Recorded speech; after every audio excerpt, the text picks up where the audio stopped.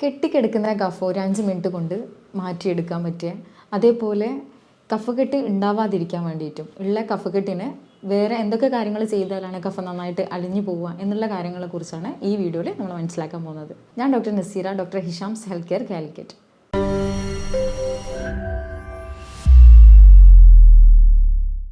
നമ്മുടെ തൊണ്ട ഭാഗത്ത് ടോൺസിലർ ഗ്രന്ഥിൻ്റെ ഭാഗത്ത് ടോൺസിൽസിൽ എന്തെങ്കിലും ഇറിറ്റേഷൻ ഉണ്ടാകുമ്പോൾ, അല്ലെങ്കിൽ ലാരിങ്സ് നമ്മുടെ സൗണ്ട് ബോക്സിൻ്റെ ഭാഗത്ത് അവിടെ എന്തെങ്കിലും ഇറിറ്റേഷൻ ഉണ്ടാകുമ്പോൾ, ബാക്ടീരിയ കൊണ്ട് അല്ലെങ്കിൽ വൈറസ് കൊണ്ടൊക്കെ ഇറിറ്റേഷൻ ഉണ്ടാകുമ്പോൾ, അതല്ലെങ്കിൽ നമ്മുടെ വയറിന് മേലോട്ടേക്ക് കയറി വരുന്ന ഗ്യാസ്ട്രോ ഈസോഫാജിയൽ റിഫ്ലക്സ് ഡിസീസ് പറയും, ഗ്യാസ്ട്രിക് ജ്യൂസ് മേലോട്ടേക്ക് തള്ളി വരുമ്പം അതുകൊണ്ട് ഉണ്ടാകുന്ന ഇറിറ്റേഷൻ, അല്ലെങ്കിൽ ലാരിഞ്ചോ ഫാരിഞ്ചൽ റിഫ്ലക്സ് പറയും. ഇങ്ങനെയൊക്കെയുള്ള എന്തെങ്കിലും ഇറിറ്റേഷൻ കാരണം ഇതൊക്കെ കൊണ്ട് തന്നെ മ്യൂക്കസ് കൂടാം, കഫം കൂടി വരാം. മ്യൂക്കസ് പറയുന്നത് മ്യൂക്കസ് മെംബ്രെയിൻ, നമ്മുടെ ശരീരത്തിൻ്റെ ഉൾഭാഗത്തെ അവയവങ്ങളെ പ്രതിരോധിക്കാൻ വേണ്ടിയിട്ട് ഉള്ള ഒരു മെംബ്രെയിനാണ് മ്യൂക്കസ് മെംബ്രെയിൻ എന്ന് പറയുന്നത്. ഈ മെംബ്രെയിനിൽ എന്തെങ്കിലും ബാക്ടീരിയ, വൈറസ് അല്ല അതുപോലെ എന്തെങ്കിലും ഒരു ട്രിഗറിങ്, അല്ലെങ്കിൽ ഒരു ശരീരത്തിന് ട്രിഗറിങ് ആയി തോന്നുന്ന എന്തെങ്കിലും ഒന്ന് ഉള്ളിലേക്ക് അറ്റാക്ക് ചെയ്യാൻ കയറിയുമ്പോൾ അതിനെ പുറത്തേക്ക് കളയാൻ വേണ്ടിയിട്ട് ആ ഭാഗങ്ങളിൽ ഉണ്ടാവുന്ന ഈ മെംബ്രെയിന് കൂടുതലായിട്ട് മ്യൂക്കസ് പ്രൊഡ്യൂസ് ചെയ്യും, കൂടുതലായിട്ട് അതിൻ്റെ ലിക്വിഡ് പ്രൊഡ്യൂസ് ചെയ്യും. ആ ഒരു മ്യൂക്കസ് കൂടി വരുമ്പോൾ അത് കഫായിട്ട് മാറുകയാണ് ചെയ്യുന്നത്. അങ്ങനെ പുറത്തേക്ക് തള്ളാൻ വേണ്ടി ശ്രമിക്കുകയാണ് ചെയ്യുന്നത്. അത് മലത്തിലായാലും, അല്ലെങ്കിൽ മൂക്കിൽ കൂടെ പോകുന്നതാണെങ്കിലും, അല്ലെങ്കിൽ കൂടെ നമ്മൾ ചുമച്ച് തുപ്പിക്കളയാണെങ്കിലും ഒക്കെ ഇത് കഫായിട്ട് പുറത്തേക്ക് തള്ളാൻ നോക്കുകയാണ് ശരീരം ചെയ്യുന്നത്. ഇതൊരു പ്രതിരോധ ശേഷി വർദ്ധിപ്പിക്കുന്ന, അല്ലെങ്കിൽ പ്രതിരോധ മാർഗം കൂടിയാണ് ശരീരത്തിൻ്റെ. അതേപോലെ നമ്മുടെ തലയോട്ടിയിൽ 4 വായു അറകളുണ്ട്. സ്ഫിനോയിഡ്, എത്മോയിഡ്, അതേപോലെ മാക്സിലറി, ഫ്രോണ്ടൽ എന്നൊക്കെ പറഞ്ഞിട്ടുള്ള ഫേസിൻ്റെ ഭാഗത്തും അതേപോലെ തലയോട്ടിയുടെ ഉള്ളിലായിട്ട് 4 വായു അറകളുണ്ട്. ഈ വായു അറകളിലും നീരിറങ്ങി കഫം അവിടെ കെട്ടിക്കിടക്കാം. ഇങ്ങനെ ഏത് കാരണം കൊണ്ട്, പ്രത്യേകിച്ച് സൈനസിലൊക്കെ വൈറസ് കയറുക, അല്ലെങ്കിൽ ബാക്ടീരിയ, വൈറസ് ഇതുപോലുള്ള ഏത് കാരണം കൊണ്ടും കഫക്കെട്ട് വരാം. അതേപോലെ കഫം പിന്നെ കെട്ടിക്കിടക്കുകയും ചെയ്യാം.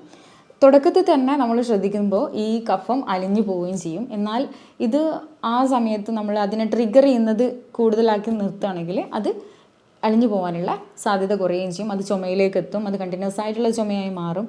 അങ്ങനെ എന്താണ് കാരണമെന്ന് മനസ്സിലാക്കി അതിനനുസരിച്ച് ട്രീറ്റ് ചെയ്യുന്നതായിരിക്കും നല്ലത്. എന്നാൽ ചിലരിൽ ഭക്ഷണങ്ങൾ കൊണ്ട് കഫക്കെട്ട് കൂടുന്നത് കാണാൻ സാധിക്കാറുണ്ട്. അത് ചിലപ്പോൾ പാൽ ഉൽപ്പന്നങ്ങൾ, അല്ലെങ്കിൽ അല്ലെങ്കിൽ പായസം പോലുള്ളതൊക്കെ കഴിക്കുമ്പോഴായിരിക്കും കൂടുതലായിട്ട് കഫക്കെട്ട് വരുന്നത്. നമ്മൾ ചെറിയ പ്രായത്തിലിരിക്കുമ്പോൾ നമുക്ക് പാലിനെ ദഹിപ്പിക്കാനുള്ള ലാക്ടേസ് എന്ന് പറയുന്ന എൻസൈംസ് ഒക്കെ നന്നായിട്ടുണ്ടാവും. അത് വലുതാകുന്നതിനനുസരിച്ച് ആ ലാക്ടേസ് എന്ന എൻസൈംസിൻ്റെ അളവ് കുറയും.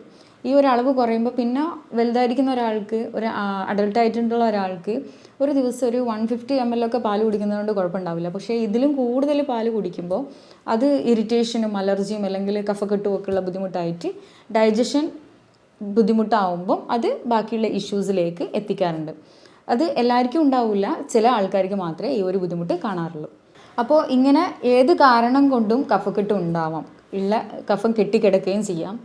അതേപോലെ ഈ കഫം നെഞ്ചിൽ കെട്ടിക്കിടന്ന് ചുമയായി, കണ്ടിന്യൂസ് ആയിട്ടുള്ള ചുമയായി, പനിയും കഫക്കെട്ടൊക്കെ വന്ന്, അല്ലെങ്കിൽ ചുമ്മാ തന്നെ കഫക്കെട്ട് വന്ന് അത് കഴിഞ്ഞ് ഒരു 3 monthsോളം ചുമയായി, അല്ലെങ്കിൽ കഫക്കെട്ട് മാത്രമായിട്ട്, അല്ലെങ്കിൽ തൊണ്ടയിൽ മാത്രം കഫം ഇറങ്ങി വരുന്നൊരു ബുദ്ധിമുട്ടായിട്ടൊക്കെ നിലനിൽക്കുന്നത് കാണാം.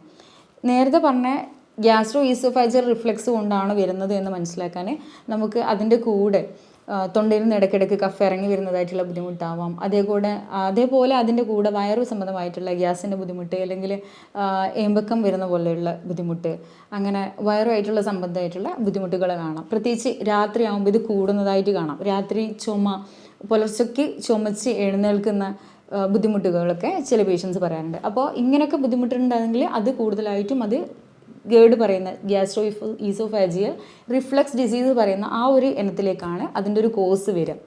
എന്നാൽ ഫാരിഞ്ചിയൽ ആയിട്ടുള്ള നമ്മളെ സൗണ്ട് ബോക്സുമായിട്ട് ബന്ധപ്പെട്ട് തൊണ്ടയിലുള്ള ഇറിറ്റേഷൻ കൊണ്ടാണ് വരുന്നതെങ്കിൽ അതിൽ നമുക്ക് സംസാരിക്കുമ്പോഴുള്ള ഹോസ്നെസ്, സൗണ്ട് കുറഞ്ഞു പോവുക, സൗണ്ടിൽ വരുന്ന മാറ്റം, അതേപോലെ തൊണ്ടയിൽ ഒന്നെങ്കിൽ മെറ്റാലിക് ടേസ്റ്റ് ഉണ്ടാവുക, അല്ലെങ്കിൽ ബിറ്റർ ടേസ്റ്റ് ഉണ്ടാവുക, അല്ലെങ്കിൽ തൊണ്ടയിൽ എന്തെങ്കിലും ലംബ് ഉള്ളതുപോലെ അല്ലെങ്കിൽ എന്തോ കുടുങ്ങിയത് പോലെയുള്ള ഒരു ബുദ്ധിമുട്ടുണ്ടാവുക. ഇങ്ങനെയൊക്കെയാണ് ലാരിഞ്ചോ ഈസോഫാജിയൽ റിഫ്ലക്സ് പറയുന്ന ഈ ഒരു ബുദ്ധിമുട്ട് കൊണ്ടുണ്ടാവുക. അത് സൗണ്ട് ബോക്സുമായിട്ട് ബന്ധപ്പെട്ട കഫ് നിറയുന്ന അല്ലെങ്കിൽ അതിന് ഇറിറ്റേഷൻ വരുമ്പോൾ ഉണ്ടാകുന്നത്. മറ്റത് നമ്മുടെ ഭക്ഷണമായിട്ട് ബന്ധപ്പെട്ട ഗ്യാസ്ട്രോ ഈസോഫാജിയലിന് ഗ്യാസ്ട്രിക് ജ്യൂസ് മേലോട്ട് എത്തുന്നത് കൊണ്ടും അതിൻ്റെ ഇറിറ്റേഷൻ കാരണം അവിടെ കൂടുതലായിട്ട് മ്യൂക്കസ് ഉണ്ടാക്കുന്നത് കൊണ്ടും ഉണ്ടാവുന്നത്. ഇങ്ങനെ ഇതൊക്കെ കൊണ്ട് ബുദ്ധിമുട്ടുന്ന ഒരാൾക്ക് ചെയ്യാൻ പറ്റുന്ന ഒന്നാണ് ഇളം ചൂടുള്ള വെള്ളത്തിൽ 1 to 2 ടീസ്പൂണ് ഹണി ചേർക്കുക, അതിൻ്റെ കൂടെ ഹാഫ് ലെമൺ ചേർക്കുക, കൂടെ സിനമൺ നമ്മുടെ കറുവപ്പട്ട അത് ചേർക്കുക. അതേപോലെ ഒലീവ് ഓയിൽ വീട്ടിലുണ്ടെങ്കിൽ അതും ഒരു 1/2 ടീസ്പൂൺ ചേർക്കുക. ഇങ്ങനെ ഒരു മിക്സ് ഉണ്ടാക്കി ഇളം ചൂടോട് കൂടി നമ്മൾ രാവിലെ വെറും വയറ്റിൽ ഇത് കഴിക്കുന്നത് കഫം ഇളകി പോകാൻ വേണ്ടിയിട്ട് വളരെ സഹായിക്കും. കൂടാതെ കഫം ഇളകി പോകാൻ വേണ്ടിയിട്ട് നമുക്ക് ചെയ്യാൻ പറ്റുന്നതാണ്, നമ്മൾ സ്ട്രെയിറ്റ് ആയിട്ട് ഇരിക്കുന്ന സമയത്ത് നന്നായി ഉള്ളിലേക്ക് ശ്വാസം വലിക്കുക. നന്നായി ശ്വാസം വലിച്ചതിന് ശേഷം വായിലൂടെ ശക്തിയിൽ ശ്വാസം വിടുക. ഇങ്ങനെ ചെയ്യുന്ന സമയത്തും നമ്മുടെ കഫം പുറത്തേക്ക് വരുന്നതായിട്ട് കാണാൻ കഴിയും. ഈ ഒരു സമയത്ത് നമ്മുടെ നെഞ്ചിൽ കെട്ടിക്കിടക്കുന്ന കഫവും പുറത്തേക്ക് വരാം. പിന്നെ ടാപ്പിംഗ് ഉണ്ട്, നമ്മുടെ ചെസ്റ്റിൻ്റെ ഭാഗത്ത് ചെറുതായിട്ട് തട്ടി കൊടുക്കുന്നതും കഫം ഇളകി വരാൻ വേണ്ടിയിട്ട് സഹായിക്കും. അതേപോലെ എക്സസൈസ്, നമ്മൾ എന്തെങ്കിലും വ്യായാമങ്ങൾ ചെയ്യുന്നത് കഫം ഇളകി വരാൻ വേണ്ടിയിട്ട് സഹായിക്കും. അതുപോലെ ഉപ്പിട്ട വെള്ളം ഗാർഗിൾ ചെയ്യുക, അല്ലെങ്കിൽ ഉപ്പിട്ട വെള്ളം 1 ഗ്ലാസ് വെള്ളത്തിൽ 1 ടീസ്പൂൺ ഉപ്പ് ചേർത്ത് കുടിക്കുന്നത്, അല്ലെങ്കിൽ ഉപ്പ് ഇട്ടിട്ട് തിളച്ച വെള്ളത്തിൽ, അത് പാത്രത്തിലായിരിക്കണം, മെഷീനിൽ ഉപയോഗിക്കാൻ പാടില്ല, അങ്ങനെ ആവി പിടിക്കുക. 1-2 തവണ ഒരു ദിവസം ചെയ്താൽ മതി, അതിൽ കൂടുതൽ ചെയ്യുന്നില്ല. അതേപോലെ വെള്ളം നന്നായിട്ട് കുടിക്കുക. ബോഡി ഹൈഡ്രേറ്റ് ആകുമ്പോഴും നന്നായി നിർജ്ജലീകരണമൊക്കെ മാറുന്ന സമയത്ത് കഫ് ഇളകി പോകാൻ സഹായിക്കും. ഇപ്പോൾ കഫക്കെട്ട് ഉണ്ടാകുന്ന കാരണങ്ങളും അതേപോലെ കഫക്കെട്ട് ഉണ്ടായാൽ നമുക്ക് എന്തൊക്കെ ചെയ്യാൻ പറ്റും, വീട്ടിലിരുന്ന് തന്നെ എന്തൊക്കെ ചെയ്യാൻ പറ്റും, അല്ലെങ്കിൽ കെട്ടിക്കിടക്കുന്ന മാസങ്ങളായിട്ടോ കെട്ടിക്കിടക്കുന്ന കഫമൊക്കെ ഇളകി പോകാൻ വേണ്ടി എന്തൊക്കെ ചെയ്യാൻ പറ്റും. കഫക്കെട്ടും ചുമയൊക്കെ ആയി ബുദ്ധിമുട്ടുന്ന ആൾക്കാരാണെങ്കിൽ അതിൻ്റെ എന്തൊക്കെയാണ് റീസൺ, അതിനനുസരിച്ച് നമുക്ക് ആ ഒരു കാരണം ഇല്ലാതാക്കി നിർത്താനൊക്കെ കഴിയുമെന്ന് നമ്മൾ മനസ്സിലാക്കി. അതേപോലെ ഇനി എന്തെങ്കിലും ഇതുമായിട്ട് ബന്ധപ്പെട്ട് നിങ്ങൾക്ക് എന്തെങ്കിലും സംശയം ഉണ്ടെങ്കിൽ താഴെ കാണുന്ന നമ്പറിൽ കോൺടാക്റ്റ് ചെയ്യാം. അതേപോലെ ഇതുപോലുള്ള നല്ലൊരു ഹെൽത്ത് ടിപ്പുമായിട്ട് അടുത്ത വീഡിയോയിൽ കാണാം. നമസ്കാരം.